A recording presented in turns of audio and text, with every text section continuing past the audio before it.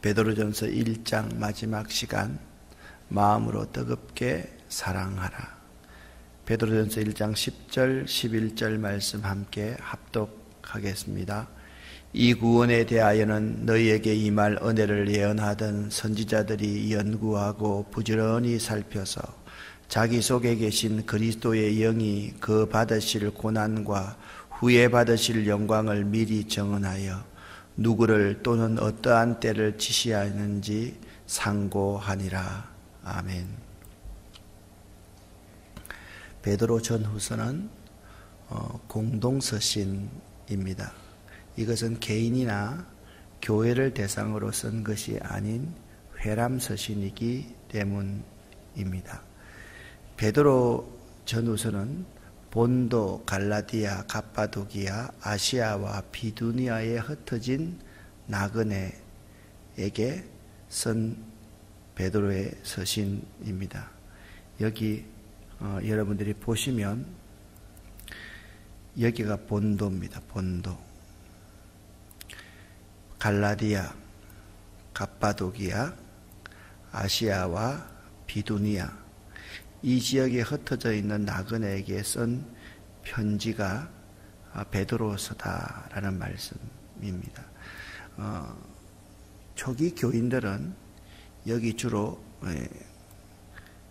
해변을 중심으로 신앙생활을 잘 형성을 합니다. 여기 빌립보부터 시작해서 고린도까지 해변을 중심으로 신앙생활을 잘 합니다. 로마 황제의 박해가 오자 이들이 점점 먼 내륙으로 밀려가기 시작했습니다. 이들의 상황은 박해의 상황, 핍박의 상황을 전제하고 있었다라는 점을 여러분이 알아두셔야만 되겠습니다. 이 본서의 기록자는 베드로전서 1장 1절에 예수 그리스도의 사도 베드로다라고 말을 하고 있습니다. 5장 1절 말씀을 보면 이 베드로는 자신을 함께 장로된 자요 그리스도의 고난의 증인이다 그렇게 말씀하고 있습니다. 베드로서를 읽으면서 여러분과 제가 꼭 고백해야 될 나가 누구인지를 알아야만 합니다. 당신이 누구입니까? 라고 하면 나는 목사입니다 라고 말하면 틀렸습니다. 당신이 누구입니까? 하면 나는 장로요, 권사요, 집사입니다 라고 말하면 틀렸습니다. 틀렸다라고 말하는 것은 그렇게 말을 하면 안 된다라는 말입니다. 당신이 누구입니까? 나는 예수의 제자입니다. 나는 주님이 함께하는 자입니다. 나는 주님의 고난의 증인입니다 라고 대답할 수 있어야만 됩니다.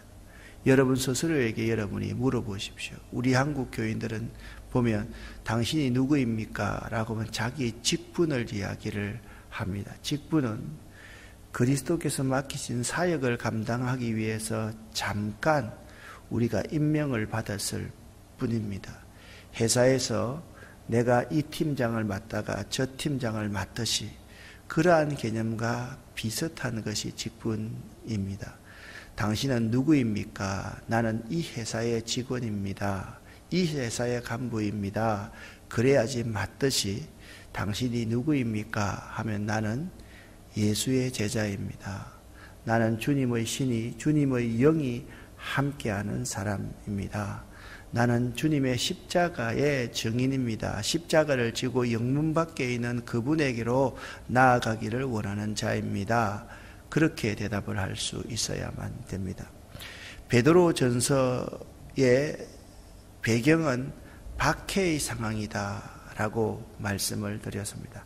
박해의 상황일수록 권력자들의 속성은 항상 그가 예수를 믿는 그 문제를 가지고 시비를 걸지 않습니다. 그를 붙잡기 위해서는 자식들의 문제를 탈탈 틉니다.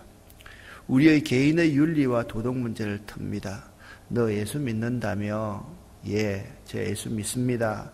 그런데 너희 아이가 이렇게 탈세하고 사네? 너 이 아이 죽일래? 이렇게 물어보면 대부분의 사람은 아이 죽이지 않기 위해서 자기의 사생활을 덮기 위해서 타협을 할 수밖에 없다라는 거예요. 나에게 핍박과 박해의 상황이 오면 올수록 내가 더 거룩하고 성결하게 살아야 된다라는 사실을 베드로는 그 본도 갈라디아, 갑바도기아, 아시아와 비두니아에 흩어져 있는 나그네 예수 그리스도의 피뿌림으로 말미암아 구원받고 즐겁게 살아가는 그분들에게 부탁을 하는 거죠. 오늘 본문에도 이렇게 말합니다. 내가 거룩하니 너희도 거룩하여라. 그런 거룩한 삶, 신실한 삶, 성결한 삶을 사는 것이 이 박해의 시대의 힘이야, 능력이야. 그렇게 말씀을 하고 있다라는 사실입니다. 성도는 어려움을 당하면 당할수록 확고한 믿음 가운데 거해야 될 동시에 윤리와 도덕적으로 거룩하고 성결한 삶을 살아야 된다라는 점을 강조하고 있는 게지요. 교회사가 교회 역사의 아버지라고 하는 유세비우스라는 사람이 있습니다. 이 유세비우스라는 사람이 본 그때 당시의 그리스도인의 고난에 이런 글이 적혀 있습니다. 같이 한번 읽어보겠습니다. 아라비아에서는 손도끼로 타살된 자들이 있었고 갑바도기아에서는 수족을 잘린 자가 있었으며 메소포타미아에서는 발을 묶인 후 거꾸로 매달리어 도살된 신자도 있었다. 안디오키아에서는 곧 죽이지 않고 둔하게 불타는 화로 위에서 불고기처럼 되어 괴롭게 살해되는 신자도 있었다. 폰투스에서는 손톱 아래에 갈대로 박아 죽인 신자도 있었고 불에 용해된 나보로 등 뒤에 부어서 죽인 자도 있었으며 복부 및 기타 부분에 예절상 말할 수도 없는 야비하고도 욕된 고통을 받은 자도 있었다.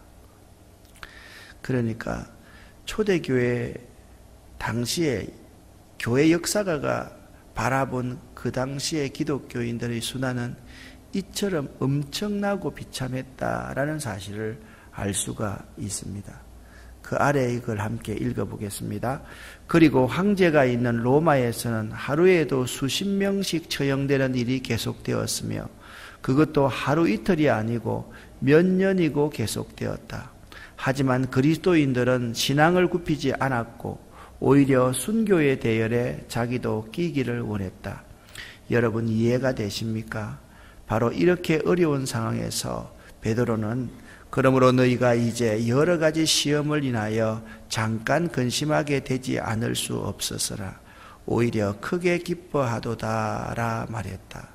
여러분 이런 고난과 순교의 현장 속에서 기뻐할 이유가 있습니까? 정말 기뻐할 수 있을까요? 초대교회 교인들은 이런 삶을 살았다라는 거예요. 어떤 박해가 온다 할지라도 그들은 신앙을 굽히지 않았습니다. 예수 그리스도를 놓지 않았습니다. 오히려 기꺼이 순교의 대열에 자기도 끼기를 원했던 것이 교회사가 유세비우스가 본 그 당시의 기독교인들이었습니다. 우리의 모습은 어떻습니까? 우리의 모습은 정말 예수 한 번 놓치지 않기 위해서 세상 모든 것을 놓을 만한 가치가 있는 분이 예수 그리스도인가를 한번 생각해 보자는 겁니다. 혹시나 예수 그리스도가 우리의 액세서리 정도가 되지 않는가를 생각해 볼 수 있어야만 됩니다. 예수 그리스도가 우리가 차고 있는 반지 하나 정도, 목걸이 하나 정도 되는 그러한 분이라고 한다면 우리는 굳건한 신앙을 가졌다. 그리고 예수 그리스도를 위해서 죽을 수 있는 순교의 신앙을 가졌다. 이런 말은 할 수가 없을 겁니다. 그런 신앙의 자세라고 한다면 예수 그리스도가 나타날 때 칭찬과 영광과 존귀함을 받을 수가 있겠습니까? 그렇지 않지 않겠습니까? 자, 우리는 이런 박해의 상황에서 사도 베드로가 그 시대의 교인들에게 어떤 삶을 살아라고 권면했는지를 오늘 성경을 통해서 볼 수 있어야만 됩니다. 자, 이러한 어떤 박해의 상황에서도 예수 그리스도를 놓지 않은, 신앙을 놓지 않는 이 구원에 대해서 너희에게 임할 은혜를 예언하던 예언자들이 연구하고 부지런히 살펴서 그들에게 항상 말씀하셨다는 거죠. 그 예언자들은 그냥 그 상황을 말하는 사람들이 아니었어요. 자, 경기도 김포에 있는 어떤 아름다운 교회에 누구 아시지요? 그 시대 사람들은 예, 그분 알지요. 그분 있잖아요. 이 사진처럼 이렇게 장렬하게 예수 믿다가 순교하셨어요. 그 모든 사람이 알고 있는 그 사람에 대해서 우리 예언자들은 그렇게 분명하게 증언했다, 그렇게 말씀하고 있습니다. 그 정도로 초대교회에서 기록한 이러한 하나님의 말씀, 성경 이 자체가 연구하고 부지런히 살펴서 기록된 것이지 그냥 카드라는 이야기 정도를 적어놓은 글들이 아니라는 거죠. 이 하나님의 말씀은 살아있는 생생한 증언의 말씀이다, 그렇게 말씀하고 있는 것입니다. 자, 여러분 가만히 한번 보십시오. 16절을 한번 읽어보시기를 바랍니다. 16절에 이렇게 말씀하고 있습니다. 기록되었으되 내가 거룩하니 너희도 거룩할지어다 하셨느니라. 아멘. 하나님은 이런 상황 속에서 내가 거룩하니 너희도 거룩한 삶을 살라, 그렇게 말합니다. 그럼 거룩한 삶이라는 것이 어떤 삶입니까? 13절 말씀을 함께 읽습니다. 그러므로 너희 마음의 허리를 동이고 근신하여 예수 그리스도께서 나타나실 때에 너희에게 가져다 주실 은혜를 온전히 바랄지어다. 아멘. 마음의 허리를 딱 동이고 근신하여 예수 그리스도께서 나타나실 때까지 이 고난을 참고 우리의 구원을 바라고 살아야 된다, 그렇게 말씀을 하고 있는 것입니다. 자, 여러분, 우리 한 사람 한 사람이 고난과 역경이 오면 다 이길 수 있습니까? 우리는 다 넘어질 수밖에 없는 존재입니까? 다 넘어질 수밖에 없는 존재입니다. 여러분 중에서 베드로처럼 나는 아닐 거예요, 나는 타협하지 않을 거예요, 내 자식의 문제를 가지고 그들이 나를 압박한다 할지라도 나는 끝까지 내 신앙의 정절을 지킬 거예요 라고 하시는 분이 이 자리에 있다 할지라도 그런 상황이 오면 우리 모두는 다 예수를 부인할 수밖에 없는 사람들, 죄인이라는 거예요. 그러면 우리가 어떻게 이길 수가 있습니까? 여기 성경 말씀을 잘 한번 보십시오. 예수 그리스도께서 나타나실 때에 너희에게 갖다 주실 뭐요? 은혜를 온전히 바랄지어다, 그렇게 말씀하고 있는 것입니다. 믿음이라는 것은 100% 믿는 것이 믿음입니다. 아멘이죠, 그렇죠? 근데 우리가 100% 다 믿을 수 있어요, 없어요? 우리는 100% 다 믿을 수 없는 존재입니다. 그래서 100%의 온전한 은혜가 필요한 거예요. 온전한 은혜를 바라. 우리가 온전히 믿을 수 없는 부족하고 죄인인 존재, 우리에게 고난과 역경과 핍박과 생명을 요구하는 자들이 있으면 내 목숨이 아까워서 마가 요한처럼 자기 겉옷을 벗어 던지고 벌거벗은 채로 도망할 수밖에 없는 자이기 때문에 그분의 은혜를 온전히 바라면서 기다릴 수 있어야 된다. 100%의 믿음은 100%의 은혜를 근거하지 않으면 온전한 믿음, 확고한 믿음, 정금 같은 믿음을 가질 수가 없는 것입니다. 온전한 은혜를 사모하는 여러분 되시기를 예수 이름으로 간절히 축원합니다. 주님께서 베드로전서 1장 2절에서 우리에게 요구하는 것이 두 가지 있다. 첫 번째 뭡니까? 하나님 말씀에 순종할 것과 두 번째 예수 그리스도의 피뿌림을 얻게, 예수 그리스도의 피공로를 의지하고 살기를 원한다. 이거 두 가지를 주님께서 우리에게 요구하신다. 그렇게 말씀을 함께 나누었지 않습니까? 우리가 정말 내가 거룩하니 너희도 거룩하여라. 우리가 거룩하게 될 수 있는 근거가 어디 있습니까? 내 의로 거룩하게 될 수 있습니까? 내 행위로 거룩하게 될 수 있습니까? 이 구원을 내 모든 것으로 살 수 있습니까? 아니지 않습니까? 내가 거룩하니 너희도 거룩하라 라는 이 말씀은 예수 그리스도의 피공로를 의지할 때 여러분도 거룩할 수 있다라는 의미임을 우리는 알아야만 되는 것입니다. 이 구원을 받기 위해서 100% 전적인 은혜가 필요합니다. 이 구원을 위해서 예수 그리스도의 피뿌림을 의지하지 않고는 도무지 구원받을 수 없는 존재가 여러분과 저임을 믿으시기를 예수 이름으로 간절히 축원합니다. 그 다음에 사도 베드로가 그 시대의 교인들에게 묻고 있는 질문이 또 한 가지 있습니다. 당신의 믿음과 소망이 하나님께 있습니까? 이렇게 묻습니다. 여러분에게 한번 물어봅시다. 여러분의 믿음과 소망이 하나님께 있습니까? 하나님께만 있습니까? 이게 참 쉽지 않습니다. 하나님께 90% 정도 있고요. 세상에 10% 정도가 있습니다. 그렇게 말하면 우리의 믿음과 소망이 온전히 하나님께 있는 사람이 아닌 것입니다. 자, 우리가 어떤 존재라고 그랬습니까? 나그네로 있을 때. 그러니까 베드로는 이렇게 말합니다. 여러분이 지금 있는 것이 나그네로 있는 것입니다. 나그네로 있을 때 두려움으로 지내십시오. 무슨 말씀을 하고 있는 것입니까? 하나님은 외모로 보시지 않고 각 사람의 행위대로 심판하는 아버지이십니다. 그러니까 우리가 알고 있는 한 가지가 있습니다. 베드로전서 1장 18절 19절은 너무나도 중요한 말씀이죠. 아마 여러분들이 읽어보면 아하, 금이나 은같이 없어질 보배로 속죄함 받은 것 아니요.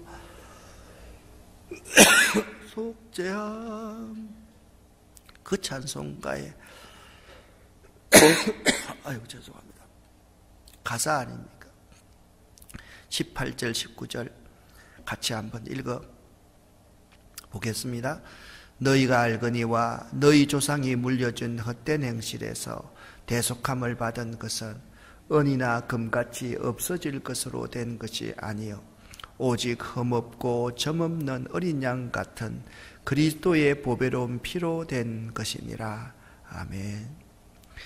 그리스도 예수의 피로 구속함을 받은 사람들, 그러한 사람들은 항상 내 믿음과 소망을 하나님께 두고 살아야 된다. 그렇게 말씀하고 있는 거예요.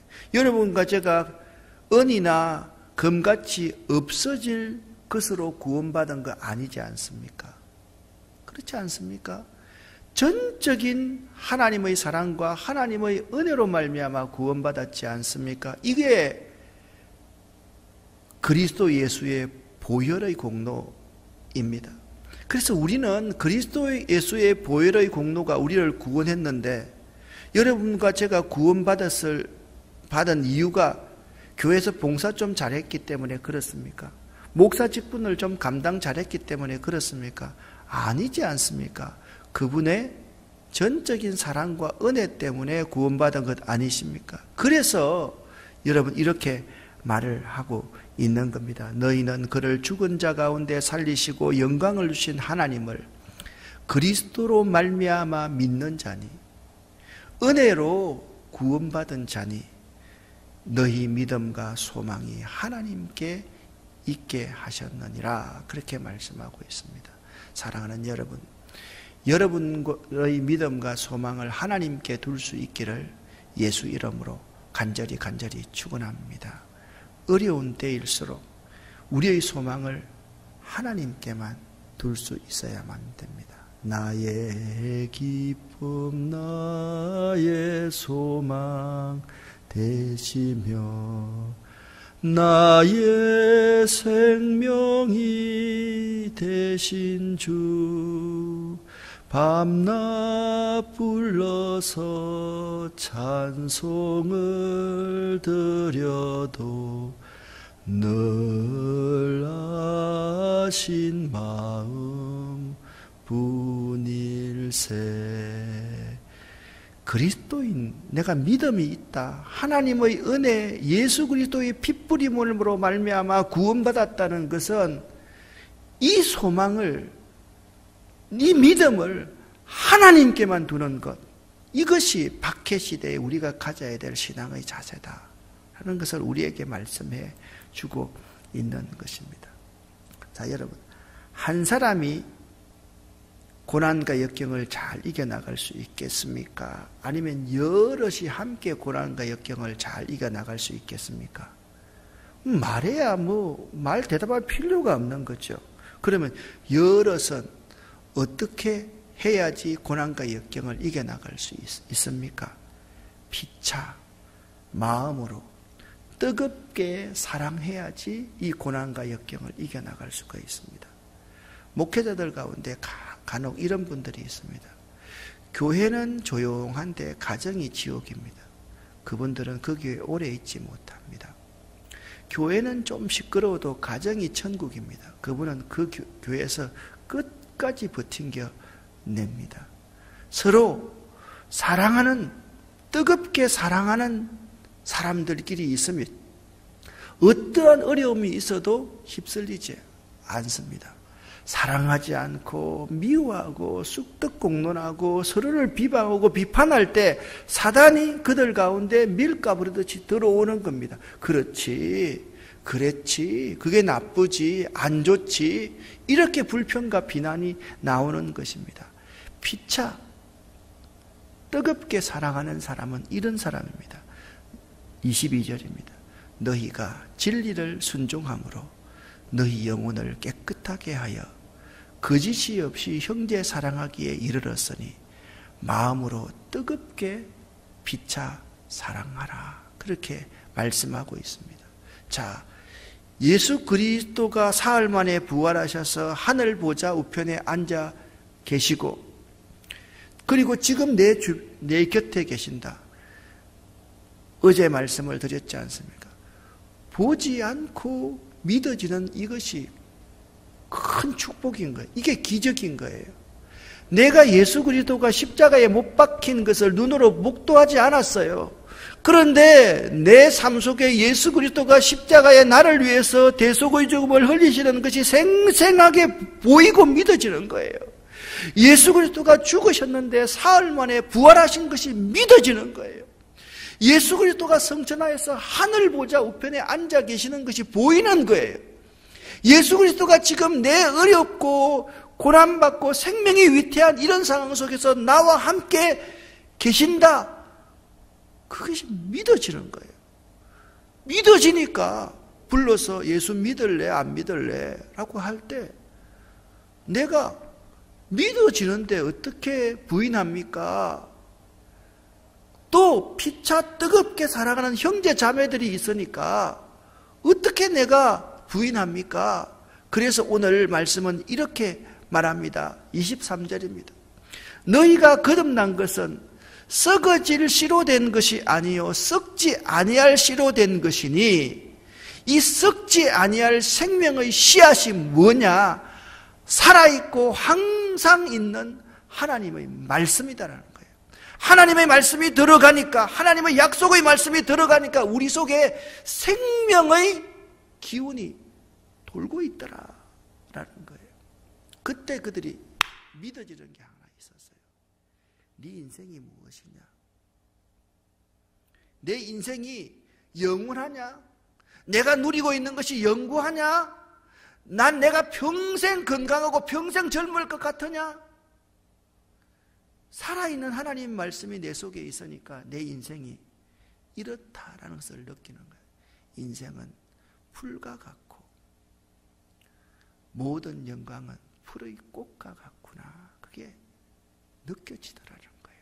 그게 느껴지더라는 거예요. 초대교회 교인들은 그걸 알았어요.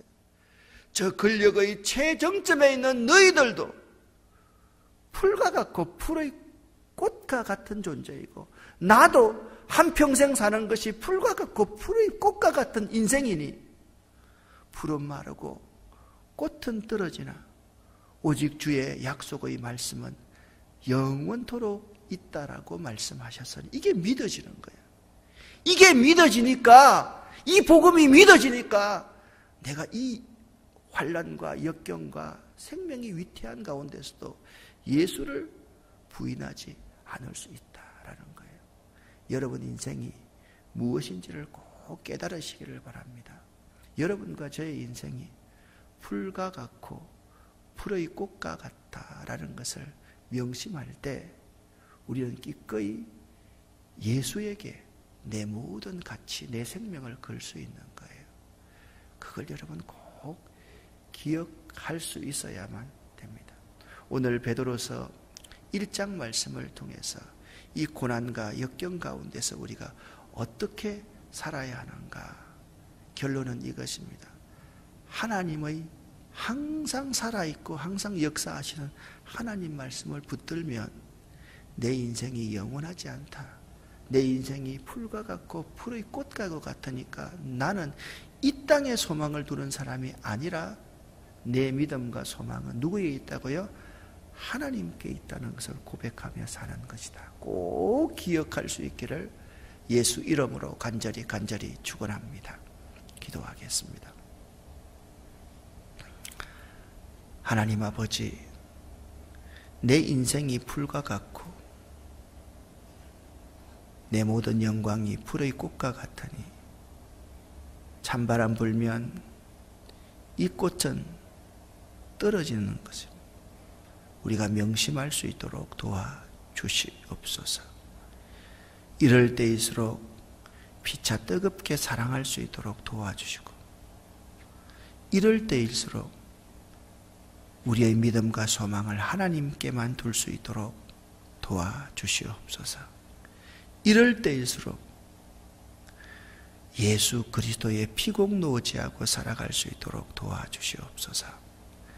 오늘도 하나님, 우리 모임 가운데 함께 해주시고, 우리 가정 가운데 함께 해주시고, 우리 자녀 손들과 우리의 일터 위에, 사업 위에 예수의 보혈을 덮어 주시옵소서. 팔려야 될 집들이 팔릴 수 있게 하시고, 회복되어져야 할 것들이 회복될 수 있게 하시고, 잘되고 형통케 되어야 할 것들이 잘되고 형통케 되는 역사가 있게 하옵소서. 예수 그리스도 이름으로 축복하옵고 간절히 기도 올립니다. 아멘. 주여 믿습니다.